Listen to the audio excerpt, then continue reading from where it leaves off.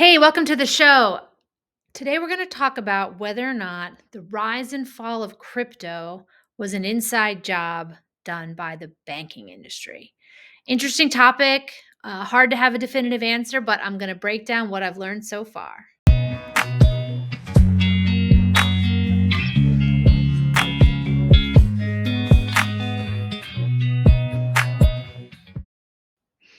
All right, today we're going to talk about a theory. You could call it a conspiracy theory if you want. Doesn't really matter what label you give it, around whether or not the banking industry is sort of behind crypto's rise and potential fall, or whether or not crypto really is some kind of threat that was designed to disrupt the banking system.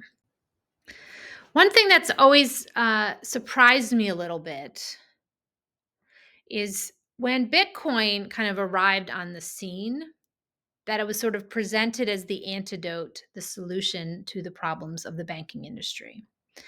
And if you're familiar with sort of the model of problem, reaction, solution, you know that sometimes solutions that appear as saviors to problems were kind of designed to by that way in the beginning. So it's led to some interesting conversations about whether or not, people are behind crypto that don't claim to be behind it and that kind of thing. So that's what I want to figure out today. And the way we're going to talk about it is by using logic, probabilities, and understanding uh, incentives, because incentives always matter, motives always matter. If you want to figure out the probability of something being correct or not, it doesn't fit to me if there's no incentive for a party to participate in something. And so that what we're going to look at is, who does it serve for crypto to exist? And who does it serve for crypto to be discredited? I'm kind of recording this after thinking a whole lot about the FTX situation. And I did another video on Tether. I'm working on a second one. It's kind of led me to wonder, like, who's behind all of this? Where did the money come from to launch a lot of these ventures? Why are some projects given like a lot of spotlight in the media and others shunned? Who's sort of funding this, and what are their motives to help uncover kind of what's really going on. Now, one theory that I think makes sense is that, I'm not saying this is true or not, it's plausible to me, that Bitcoin specifically was introduced at a time when the banking system had a credibility problem. After the 2009 financial crisis, there was a lot of distrust of large banks. I mean, I remember specifically when the bailouts were issued to companies like Goldman Sachs, and these guys were given their bonuses while people down the street from me were losing their homes over mortgages that were predatory. It just seemed absolutely unfair that Wall Street was given like a blank check in some capacity to commit more kind of financial crimes in the future, while a lot of other people suffered. So what that might have done, because there was also a lot of stimulus, QE started after that, that it might have created this perception that the dollar isn't so good. And back then, before any alternative currency, digital currency existed, the logical place to store your wealth, if it wasn't dollars, might have been gold. So there's been a thesis that gold, Bitcoin came along to help distract people from investing in gold. I think there's some flaws in that. We'll talk about those in a bit, but um, I don't think it's a thesis you can outright dismiss, because it it did that, right? You've had this whole generation of kind of libertarians who had money, typically young professional guys in the technology space, who might have become gold bugs, but instead became Bitcoiners and crypto. So if you're looking at motives and incentives, if somebody wanted to hurt gold, Bitcoin came along and did that.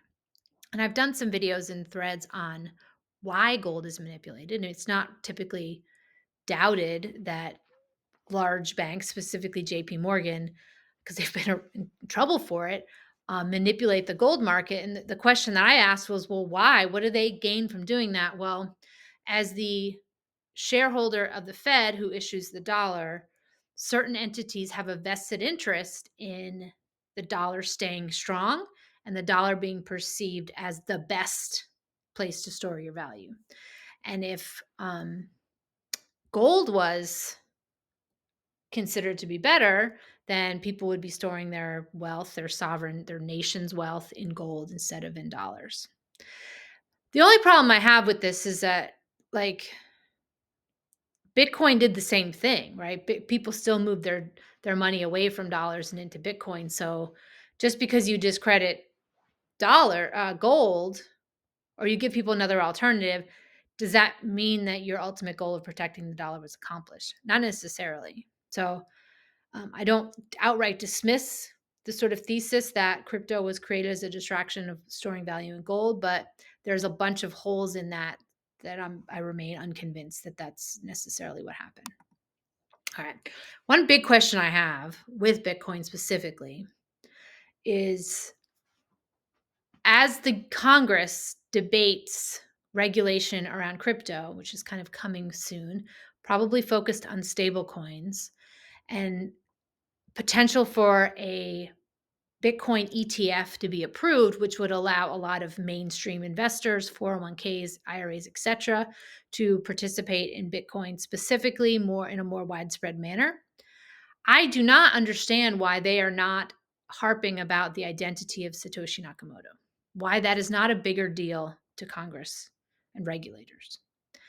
And simply because of, namely, Tornado Cash. So Tornado Cash, if you're not familiar, was a mixing service, primarily used the ETH blockchain. Got into a lot of heated trouble a couple months ago, where the US government, a division that's focused sort of on like financial security and money laundering and all that stuff, said that mixing services, specifically Tornado Cash, are on the hot list because they are being used to funnel funds from nefarious groups like North Korean hackers. So, what the US government decided was, if a service is participating in some kind of money laundering and hacking, we're going to arrest the creator of it. And a developer who worked on Tornado Cash in the Netherlands was arrested for that. So, it made me conclude that if the US government decides that a software protocol is primarily being used for money laundering with someone who's deemed an enemy of the state, why wouldn't they be obsessed with knowing whether or not Satoshi Nakamoto was a North Korean hacker? I don't think anybody knows definitively whether he or she or they are or are not. But I find it bizarre that that is not a bigger discussion in Congress. Now, every time I bring this up with people who are very passionate about Bitcoin, their response is, it doesn't matter. The network runs without Satoshi's involvement at this point. He or she or they or whatever created this code that is this perfect system that runs without needing any one person. And that may be true, but I don't know if the US government cares about that. Tornado Cash could run without needing anyone at this point, but that still wasn't good enough for the US government not to sanction addresses that were using that service. So I don't think the government cares whether or not Bitcoin is some kind of perfect form of money. If it were to be proven, if it could be, that Satoshi was some sort of nefarious Russian or North Korean or somebody that was deemed at the time an enemy of the US government, what does that mean for Bitcoin? Now, I don't know who or they are. I do enjoy trying to figure that out. But what I know is that no one publicly has convinced enough other people that it is not some sort of nefarious bad actor. I'll probably do another video on all my theories around who it could be.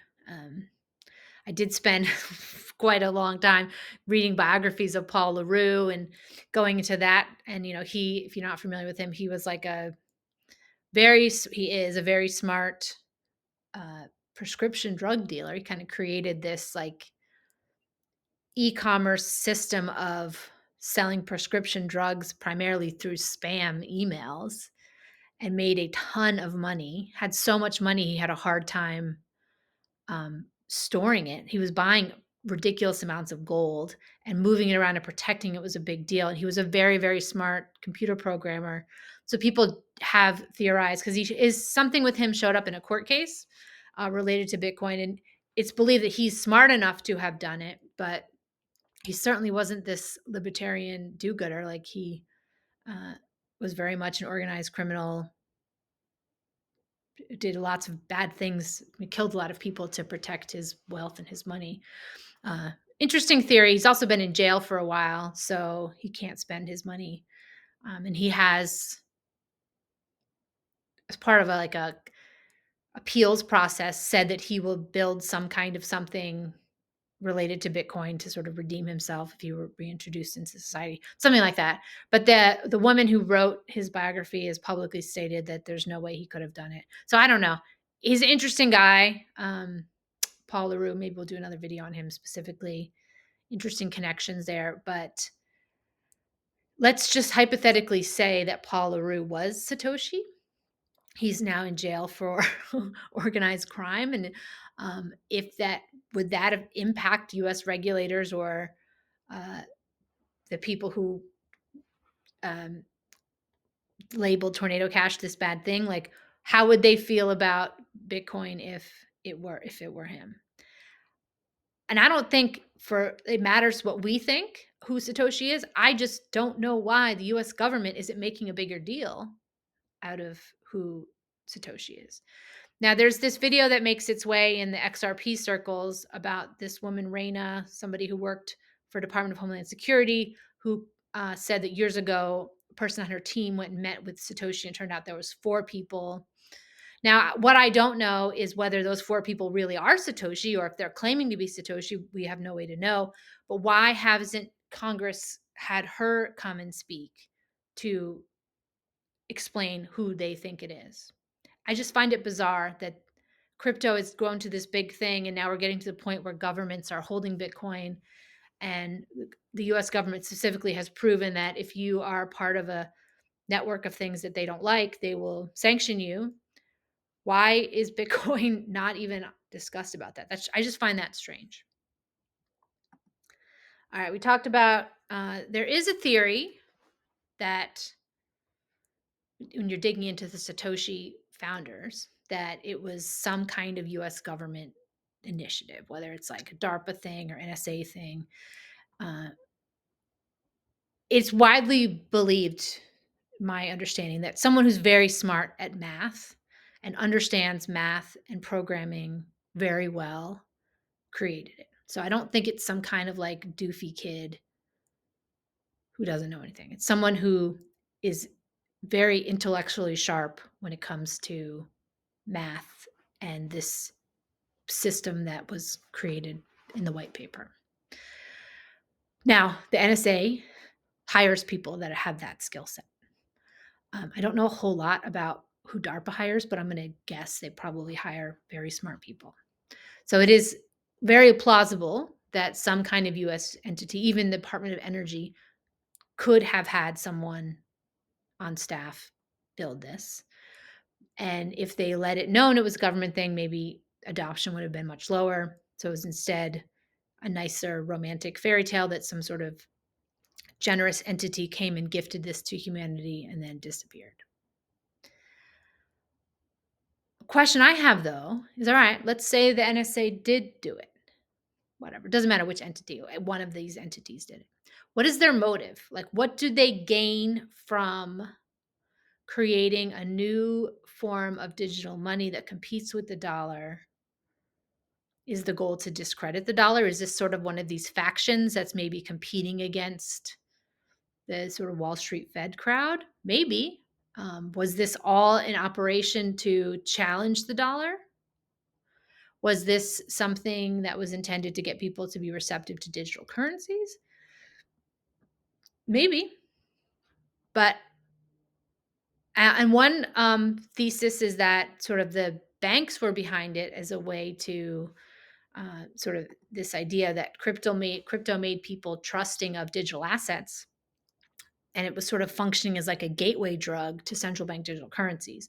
Where 20 years ago, if the government came along and were like, "Hey, we have this digital currency, you have to use buy everything this way," people might have been very resistant because nobody had used sort of a purely digital asset before, and it would have seemed too foreign and there would have been a lack of trust. So, crypto as an industry kind of made the comfort level of using a digital wallet and spending money that exists on a blockchain much more appealing. And so, this idea of a blockchain currency uh, didn't come from the government, it came from random people who just launched crypto projects. So the reluctance and the distrust wasn't as high as if it had been initiated by the government. But I have a lot of problems with this thesis that it was sort of this inside job from the financial institutions. Namely, because up until Bitcoin specifically, like nobody that I knew ever talked about fiat money. And no one talked about the problems with fiat money. I don't think I'd ever heard that expression. I don't think I'd ever had an honest discussion with somebody about how dollars were created. It just wasn't something that we thought about or talked about or cared about until Bitcoin came along. And so it really opened a lot of people's eyes as to wait a minute, this kind of system is a little bit messed up, which doesn't help anybody who is a creator of the US dollar to have all these other people talking about how messed up that is. Bitcoin specifically, other cryptos kind of contributed, but just Bitcoin is the first one. A lot of people, myself included, had much deeper discussions around inflation when learning about how Bitcoin is mined. You realize that, like, if there's sort of parameters that control the issuance of new currency, you see something like the US dollar and how there are no controls in the same, no one's stopping anyone from issuing new currency to worry about inflation and the debasing of the currency. You realize how messed up the dollar system is once you understand Bitcoin and how Bitcoin is controlled. So why would someone who has a vested interest in protecting the dollar want all these people to talk about that? Like, it doesn't. How does that help you? Back to incentives and motives. Bitcoin also exposed the dangers of giving a small group of people the authority and the power to print infinite money. I mean, that's sort of one of the key things about a decentralized currency system is that, and even something like XRP, where like nobody can go make new XRP, like it's all been made and it's sitting in like a controlled escrow thing. And you could argue this for a lot of the cryptocurrencies, and that's not my point here to pick one of them as being better than another one. But when a lot of people get into crypto and learn about Bitcoin first, myself included, and when you go through this learning process, whether it's reading the Bitcoin Standard or something equivalent, you see all these flaws in the dollar system and the fiat system.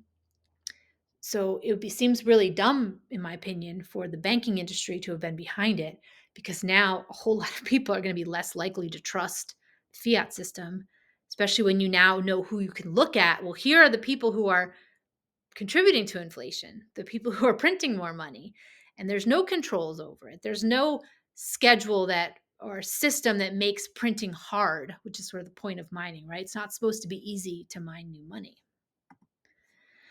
Also, let's say, I mean, this is why I also think it's awesome to learn about how you would start your own crypto token, because you now all of a sudden know how it works and all the things that you could do to just destroy the project immediately. So let's say you and I were going to start a new crypto project tomorrow. We're going to go mint a whole bunch of tokens and we just start minting them like crazy and spending them all these places.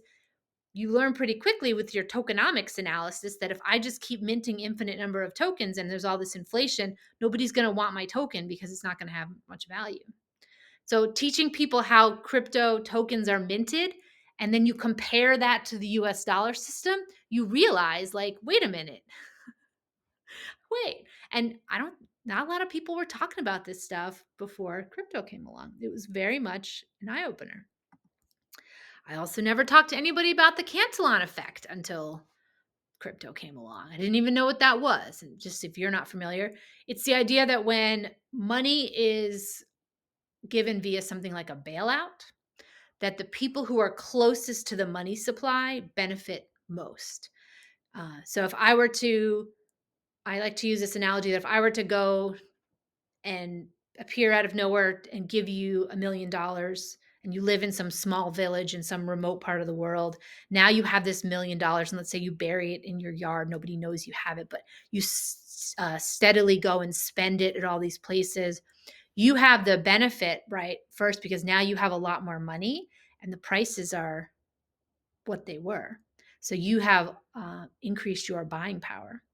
Now, meanwhile, the stores you go and buy stuff at, they start to buy other stuff. And slowly, this money works itself through your local economy. And eventually, because there's so much more money in the economy, because you're going to go and blow all that $100 on $1 million on stuff, the supply of money goes up across the town. And then eventually, prices go up because you have more dollars competing over the same thing.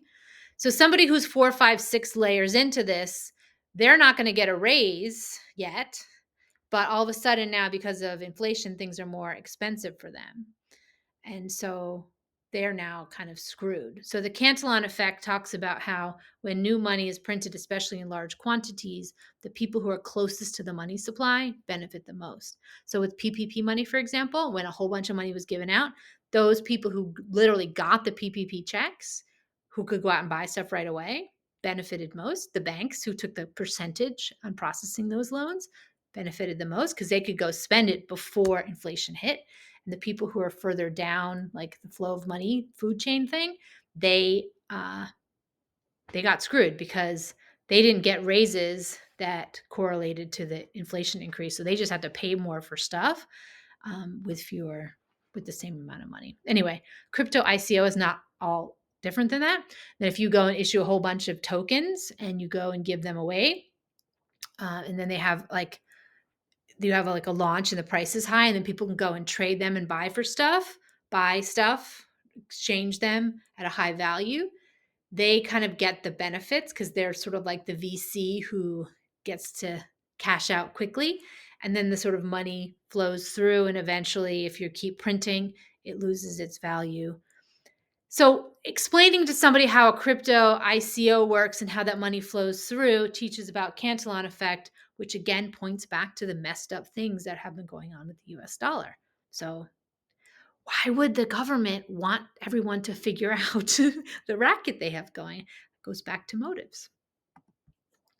Now, another thing that the Bitcoin Standard and Safadine Amus have figured out is that this fiat money system where certain groups are able to print money in infinite supply, it's given them the ability to pay off the media, to pay off academia, to pay off the medical establishment, and to use this sort of fiat system to perpetuate a particular agenda. When you have unlimited amounts of money to grift, then the opportunity for corruption is just ridiculous.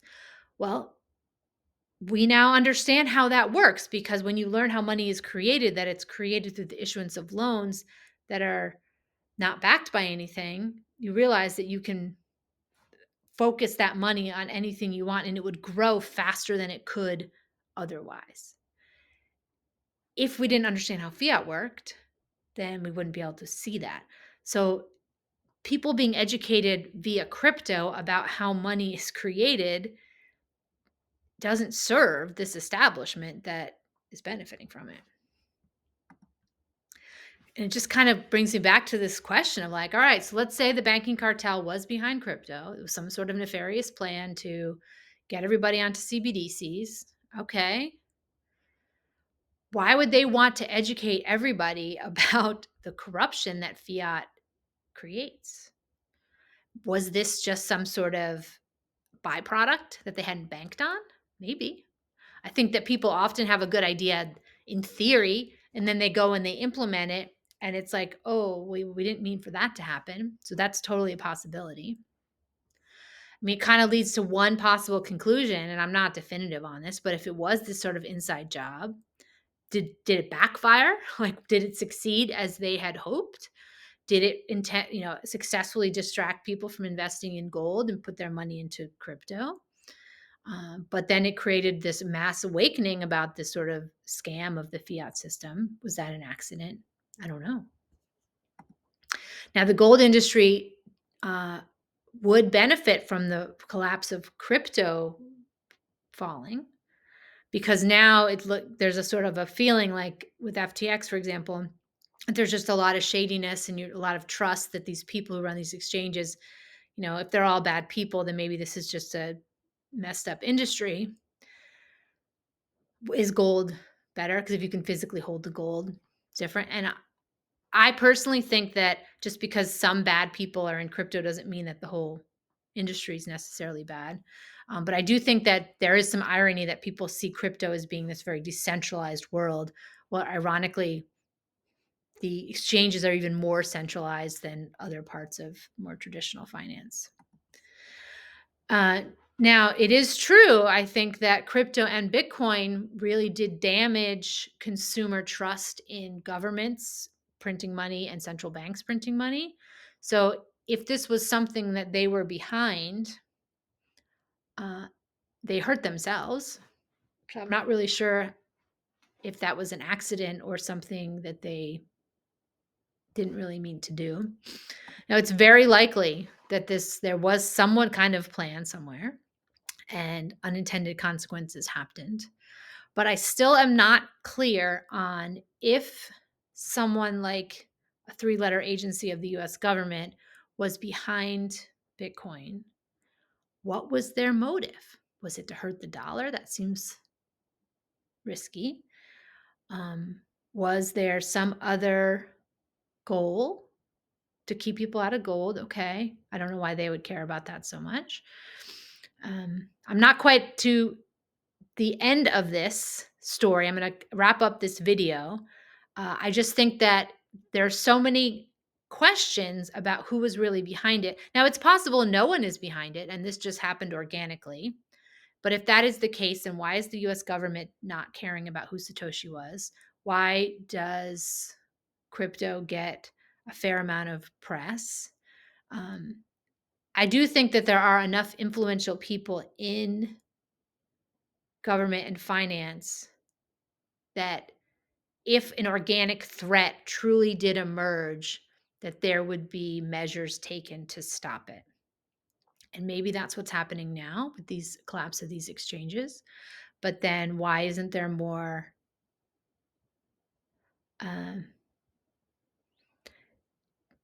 discussion around the origins of Bitcoin? So this is where I am so far. I don't have the answers to all this, but hopefully I just raised some things for you to think about. If you have anything to share in the comments, please do. I am going to continue my ongoing fascination with the identity of Satoshi Nakamoto, partly because I think it's fun to try to figure out who he or she or they are. And I will continue that until I'm confident we have the answer.